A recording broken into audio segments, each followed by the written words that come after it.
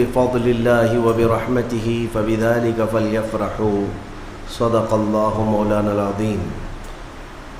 بارگاہ رسالت معاب صلی اللہ علیہ وسلم میں درود پاک کا ہدیہ پیش کریں۔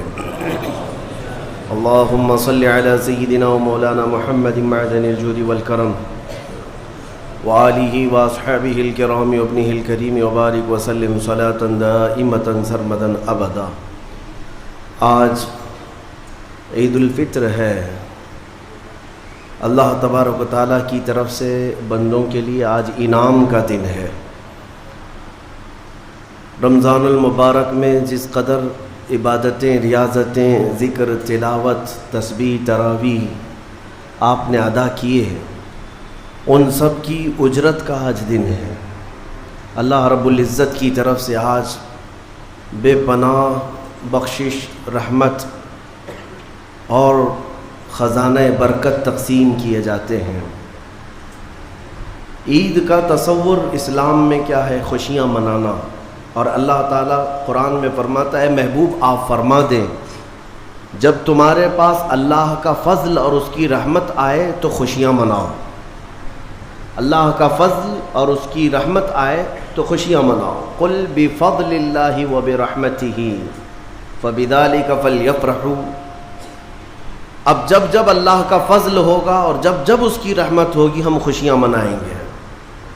اور خوش ہونے کا انداز اور طریقہ کیا ہونا چاہیے؟ وہ سنت نبوی سے ہمیں حاصل کرنا چاہیے۔ خوشیاں منانے کا مطلب یہ نہیں ہے کہ ہم دنیا جیسے خوشیاں مناتی ہے اسی انداز میں منانے لگ جائیں۔ اسلام ہر چیز میں خط امتیاز رکھتا ہے۔ تمہاری عبادتوں کا طریقہ الگ ہے، تمہارے رب کو پکارنے کا طریقہ الگ ہے، رب تعالیٰ کے حضور سرب سجود ہونے کا طریقہ الگ ہے۔ رب تبارک و تعالیٰ نے تمہیں ممتاز پیدا کیا ہے، ظاہر سی بات ہے تمہاری خوشیاں بھی ممتاز ہونی چاہیے۔ پوری کائنات میں لوگ اگر خوشیوں میں ڈوب کر شراب نوشی کرتے ہیں تو یہ خوشیاں نہیں ہیں۔ اگر آج کی رات یا آج کا دن لوگ یہ سمجھتے ہیں کہ خوشیوں کا مطلب ہے کہ خوب انٹرٹینمنٹ کیا جائے، نفس جو چاہتا ہے وہ سب کر لیا جائے، تو اسلام اسے خوشیاں نہیں کہتا۔ میرے عزیزو، میں یقین کے ساتھ کہتا ہوں کہ اسلام میں جو بھی عید آئی ہے، جو بھی عید ہے، آپ اس کا تجزیہ کر کے دیکھیں۔ آپ کو کھلے میدانوں میں سڑکوں پر چھوڑ نہیں دیا جاتا کہ دن بھر جو کرنا ہے کرو، نہیں، بلکہ خوشیاں منانے کا طریقہ یہ بتایا گیا ہے کہ سب سے پہلے اٹھنے کے بعد وضو، غسل، عطر، خوشبو کے ساتھ پہلے بارگاہ رب العزت میں آؤ اور سجدہ کرو۔ یہ خوشیاں منانے کا سب سے پہلا طریقہ یہ ہے کہ مسلمان جب سب سے زیادہ خوش ہوتا ہے تو سجدہ کرتا ہے۔ تو سجدہ کرنے کے لیے آج عیدگاہوں میں، مسجدوں میں جو لوگوں کی آج قطاریں ہیں، صفیں لگی ہیں، میرے عزیزو، یہ اسلام کا خوشی منانے کا طریقہ ہے۔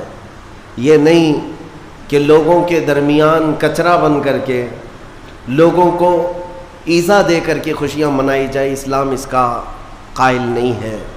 بہرحال سب سے بڑی خوشی ہمارے لیے کون سی ہے؟ اللہ نے فرمایا قرآن میں، اے محبوب آپ فرما دیں جب اللہ کا فضل آئے اور اس کی رحمت تو خوشیاں مناؤ۔ تو اللہ کا فضل اور اس کی رحمت کیا ہے؟ اللہ کا فضل اور اس کی رحمت کیا ہے؟ بہت ساری چیزیں ہیں۔ رمضان یہ اللہ کا فضل ہی تو تھا، تمہیں کھلا پلا رہا ہے یہ اللہ کی رحمت ہی تو تھی، تمہیں صحت اور تندرستی دیا یہ اس کی رحمت ہی تھی۔ تو یہ فضل اور یہ رحمت ہے، لیکن سب سے بڑی رحمت جب تمہارے پاس آئے تو خوشیاں مناؤ۔ قرآن کہتا ہے سب سے بڑی رحمت کیا ہے؟ وَمَا أَرْسَلْنَاكَ إِلَّا رَحْمَةً لِّلْعَالَمِينَ۔ محبوب ہم نے آپ کو سارے جہانوں کی رحمت بنا کر بھیجا ہے۔ پتہ یہ چلا کہ کائنات کی سب سے بڑی رحمت مصطفیٰ کریم کی ذات پاک ہے، اور جب وہ آئے تو سب سے بڑی خوشی کا دن ہوتا ہے۔ اسی لیے کہا ہے کہ دونوں عیدوں سے افضل ہے عید میلاد رسول، چاہے عید الفطر ہو یا بقرعید ہو، عید الاضحیٰ ہو، یہ دونوں عیدوں سے افضل ہے عید میلاد رسول۔ اس کی وجہ یہ ہے کہ ہمیں نہ عید الفطر معلوم ہوتی نہ عید الاضحیٰ معلوم ہوتی، یہ سب معلوم ہوئی ہیں اگر تو آمنہ کے لال کے صدقے میں معلوم ہے۔ ہاں ہمیں رمضان پتہ چلا ہے، عید پتہ چلی ہے، تو کس کی بدولت؟ اگر مصطفیٰ کریم صلی اللہ علیہ وسلم نہ آتے نہ بتاتے تو کون سے رمضان کا تصور تھا، کون سی عید پتہ چلتی؟ اسی لیے حاصل کلام تو یہ ہے میرے عزیزو، وہ جو نہ تھے تو کچھ نہ تھا، وہ جو نہ ہو تو کچھ نہ ہو، جان ہے وہ جہان کی اور جان ہے تو جہان ہے۔ آج عید اگر منانا بھی ہے تو میں یہ ضرور کہوں گا کہ آج عید پڑھنے کے بعد، نماز پڑھنے کے بعد سب سے پہلا کام جو آپ کرتے ہیں وہ کیا ہے؟ سب سے پہلا کام آپ یہ کرتے ہیں اپنے ماں باپ، اپنے رشتہ داروں سے ملاقات، اور گھر جلدی بھاگ کر کے جاتے ہیں کہ اپنے بڑوں سے ملاقات کرنا ہے۔ آج مصافحہ معانقہ کا دن ہے، آپ کو اپنے ماں باپ جس قدر یاد رہتے ہیں میرے عزیزو، اس رسول کو آج ہرگز فراموش نہ کرو جو اپنی رات کی تنہائیوں میں تمہیں امتی امتی کہہ کر یاد کیا کرتے تھے۔ آج ان کا دن ہے، آج اس رسول پاک کا دن ہے۔ سورج کے ڈوبنے سے پہلے پہلے تک کثرت سے میرے آقا کی بارگاہ میں بیٹھ کر درود بھیجو اور عرض کرو کہ آقا آج میری خوشی کا دن ہے، میں اپنے ماں، اپنے باپ، اپنے بھائی، اپنے بہن، سب سے زیادہ اگر دنیا میں کسی سے پیار کرتا ہوں تو وہ آپ کی ذات مبارکہ ہے۔ رسول پاک صلی اللہ تعالیٰ علیہ وسلم کو یاد کرنا آج کی عید کے دن کا ایک بہت ہی بڑا حصہ ہے مومنوں۔ باقی میں دوسروں کے بارے میں نہیں کہہ سکتا، جن لوگوں نے آج کی عید کو جوا کا اڈا بنا لیا ہو، شراب پینے کا ذریعہ بنا لیا ہو، سینما تھیٹر پہ جا کر کے عیش کرنے کا ذریعہ سمجھاؤ، میں سمجھتا ہوں کہ ان کے اندر روح اسلام نہیں آئی۔ اگر اسلام کی روح ہوتی، اگر ایمان ان کے قلب میں بشاشت پیدا کر چکا ہوتا تو ہرگز وہ ایسی جگہ قدم بھی نہیں رکھتے۔ اے میرے عزیزو، آج مصطفیٰ کریم صلی اللہ علیہ وسلم کے سچے غلام بن کر کے دکھانے کا بھی دن ہے۔ آج دنیا تمہیں دیکھ رہی ہے، آج پوری دنیا دیکھ بھی رہی ہے اور ڈر بھی رہی ہے کہ یہ باہر نکلے ہیں آج کیا ہونے والا ہے۔ میرے عزیزو، تمہارے پاس سب سے بہترین میسج دینے کا وقت یہ ہے کہ رسول کریم صلی اللہ تعالیٰ علیہ وسلم کے غلام ان کی سنتوں میں ملبوس اپنے گھروں سے آج نکلے ہیں اور پوری دنیا میں حضور کی سنتیں عام کر کے رہیں گے اور حضور پاک صلی اللہ علیہ وسلم کے اخلاق کو پھیلا کر رہیں گے۔ آج تمہارے ذریعے سے حضور اکرم صلی اللہ علیہ وسلم کے اخلاق عام ہونی چاہیے۔ نان مسلم ہو، غیر مسلم ہو، کوئی بھی اگر اس کے ساتھ تمہارے مدد کا جذبہ آیا، کم سے کم اس کے دل میں یہ خیال تو آئے گا کہ یہ نوجوان کیوں میرے ساتھ اچھائی کر رہا ہے۔ اس وقت تم یہ بتا سکتے ہو یہ میرا اپنا عمل نہیں، یہ میرے آقا کا عمل ہے۔ نبی پاک صلی اللہ تعالیٰ علیہ وسلم آج کے دن غریبوں کو نہیں بھولتے، یتیموں کو فراموش نہیں کرتے۔ حضور پاک صلی اللہ تعالیٰ علیہ وسلم آج ان یتیموں، بیواؤں، سب کے گھروں کا خیال تک رکھتے تھے۔ عزیزان گرامی وقار، آج عید کے ان لمحات میں یقیناً رمضان المبارک گزر جانے کے بعد خوشیوں کا دن ضرور ہوتا ہے، لیکن ساتھ ہی آج ہمیں قلق بھی ہے، غم بھی ہے ہمارے ان بھائیوں کا جو آج عید منانے کے لیے یا تو ہمارے ساتھ نہیں ہیں، ناحق جیلوں میں بند ہیں، کچھ بے قصور قیدی ہیں، اور بہت سارے وہ لوگ ہیں جن کے ہاں اسباب کی کمی ہے اور کوئی عید نہیں ہے ان کے ہاں۔ وہ فلسطین کا علاقہ ہو کہ شام ہو کہ یمن ہو کہ عراق ہو، ان کے ہاں کوئی عید نہیں۔ وہ کھلے میدانوں میں آج بھی ایک ایک روٹی اور بوٹی کے لیے ترس رہے ہوں گے۔ آج اس درد کے ساتھ ہم عید کے لیے حاضر ہیں اور بارگاہ مولا میں یہ عرض ضرور کریں گے کہ مولا، جہاں تو ہمیں نرم لقمے کھلا رہا ہے، حضور کی اس غریب امت پر بھی رحم فرما دے۔ ایک میرا ہی رحمت میں دعویٰ نہیں، شاہ کی ساری امت پہ لاکھوں سلام۔ آج عید کے دن جو کام کرنے کے ہیں، میرے مصطفیٰ کریم صلی اللہ علیہ وسلم کو راضی کرنے کا دن ہے۔ آج کے دن حضور فرماتے ہیں اللہ تعالیٰ کو سب سے زیادہ پسندیدہ جو عمل ہے، سب سے زیادہ پسندیدہ وہ دو ہے، دو عمل اللہ کو بہت پسند ہے آج کے دن۔ فرمایا میرے آقا صلی اللہ علیہ وسلم وہ دو عمل کیا ہے؟ حضور فرماتے ہیں پہلی چیز یہ ہے کہ اللہ رب العزت کی بڑائی بیان کرنا۔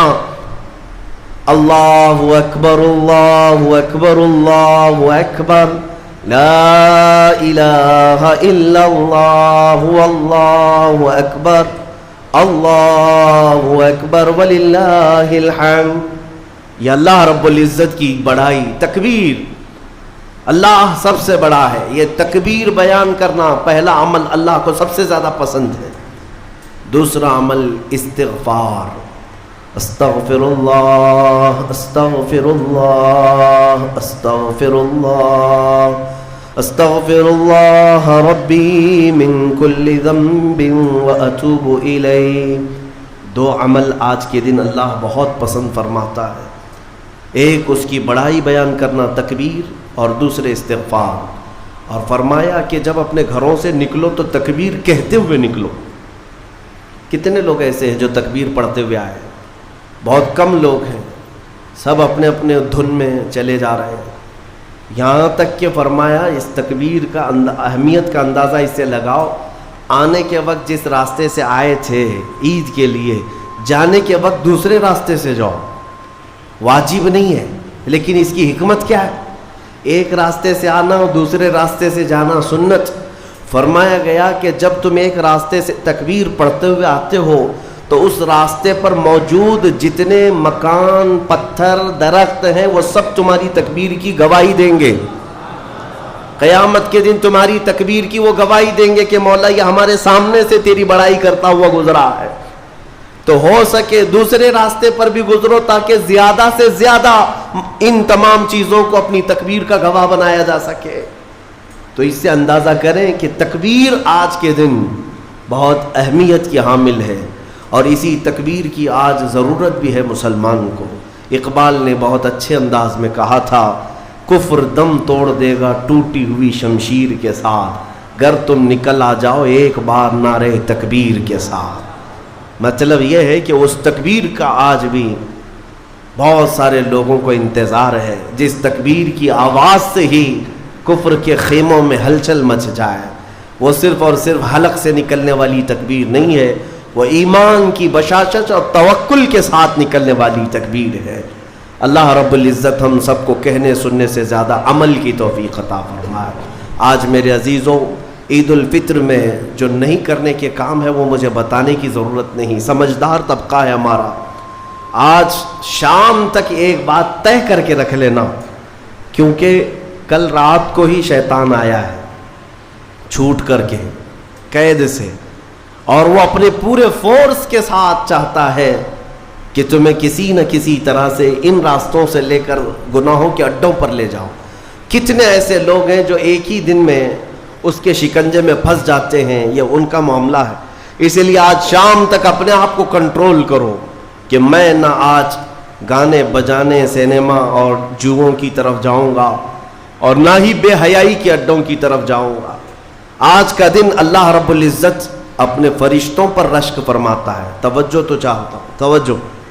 عید کے دن جب بندے سجدے میں گرتے ہیں، عیدگاہ ہو کہ مسجدیں ہو، جیسے ہی تم عید کے دن سجدے میں چلے جاتے ہو، یہ لمحہ کون سا ہے جانتے ہیں آپ؟ یہ لمحہ کون سا ہے؟ جس دن دنیا پوری، آپ بھی رمضان بھر سجدے میں گئے ہوں گے، عبادتیں کر کے بھیک کیا مانگتے تھے؟ اللہ تو راضی ہو جا۔ ہم یہاں مانگ رہے تھے، لیکن عید کے دن کے سجدے کے بارے میں فرمایا گیا، جیسی امت سجدے میں جاتی ہے، مولا سارے فرشتوں میں اعلان فرماتا ہے، فرشتوں آؤ دیکھو میرے بندے، میں ان سب سے راضی ہوں اور ان سب پر مجھے رشک آتا ہے۔ آج دنیا خوشیوں میں ڈوب کر کے عیاشی کرنا چاہتی ہے، لیکن میرے یہ بندے ہیں جو دنیا کو ترک کر کے میری بارگاہ میں سجدہ ریز ہیں۔ آج مولا رب العزت رشک فرماتا ہے فرشتوں پر۔ اس لیے میرے عزیزوں، نہایت ہی اخلاص کے ساتھ، اطمینان کے ساتھ، اور اللہ رب العزت کی بارگاہ میں اپنے آپ کو خود سپرد کر کے عید کی نماز ادا کریں، اور امید ہے کہ یہ عید ہماری ایک انقلاب لائے گی انشاءاللہ۔ جو حالات آج پیدا ہو چکے ہیں، میں اس کے لیے بھی گزارشتاً یعنی معروضتاً یہ عرض کروں گا کہ آپ امن و امان کو برقرار رکھیں، امن و امان کو برقرار رکھیں، یہ بہت ضروری چیز ہے۔ مجھے افسوس ہے یہاں کے بھی حالات اور پورے ہندوستان کے بھی حالات جس طرح سے اپنائے جا رہے ہیں۔ یہودیوں کی ایک بڑی سازش تھی خلافت عثمانیہ کے زمانے میں، وہ کیا کرتے تھے کہ مسلمانوں کو بھڑکانے کے لیے، ورغلانے کے لیے کچھ ان کی مقدس چیزوں کی توہین کرتے تھے کسی ایک کے ذریعے سے، اور جب مسلمان بھڑک جاتے، باہر آتے، تو پھر ان کے بیچ میں یہ یہودی بھی داخل ہوتے تھے، باضابطہ یہ طریقہ اپناتے تھے، اور پھر مسلمانوں میں آپس میں لڑا دیتے تھے۔ اس کے بعد وہاں سے خلافت کے خلاف اعلانات بھی کرتے تھے، اس میں یہودی داخل ہوتے تھے۔ تو اس طرح بھیڑ جمع کر کے باہر ورغلانا، لوگوں کو اکسانا، یہ ان کا کام تھا تاکہ زیادہ سے زیادہ مسلمانوں کا نقصان ہو سکے۔ اسی لیے میں چاہتا ہوں کہ اپنے غم و غصے کا اظہار صرف بھیڑ سے نہیں ہوتا، جس میں اعلیٰ حضرت فاضل بریلوی رضی اللہ تعالیٰ عنہ نے بھی ارشاد فرمایا کہ مسلمانوں کو اس طرح سے کھلے طور پر کسی چیز پر جمع کر لینا جس سے خطرات لاحق ہوں ناجائز ہے۔ آپ ان چیزوں کا بہت خیال رکھیں کہ دشمن طاقتیں آج یہی چاہتی ہیں کہ تمہیں اکسا کر، ورغلا کر تمہارا زیادہ سے زیادہ نقصان کر سکیں۔ پچھلے 2 سال کا عرصہ گزر گیا، بنگلور میں بھی ایک حادثہ ہوا تھا، وائلنس ہوا تھا، غالباً رمضان کے موقع پر ہی 125 کے قریب نوجوان 2 سال سے ابھی تک جیلوں میں بند ہیں، کچھ چھوٹ گئے، کچھ ابھی تک باقی، اس میں کئی سافٹ ویئر انجینئر ہیں اندر بیٹھے ہوئے ہیں۔ تو یہ سب حالات دل کو دہلا دیتے ہیں۔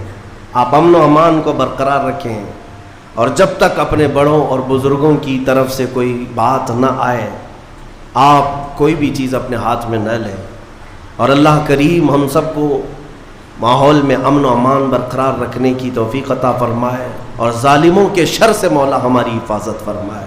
جس طرح برے منصوبے تمہارے متعلق بنائے جا رہے ہیں، کریم خدا کی بارگاہ میں دعا ہے کہ مولا ان تمام منصوبوں کو تو خاک میں ملا دے، تیرے حبیب پاک صلی اللہ علیہ وسلم کی اس بھولی بھالی امت کو صحیح قیادت عطا فرما دے۔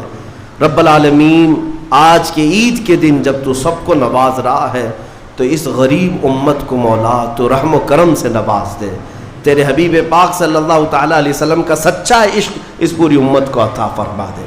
وصلی اللہ تعالیٰ علی خیر خلقی محمد۔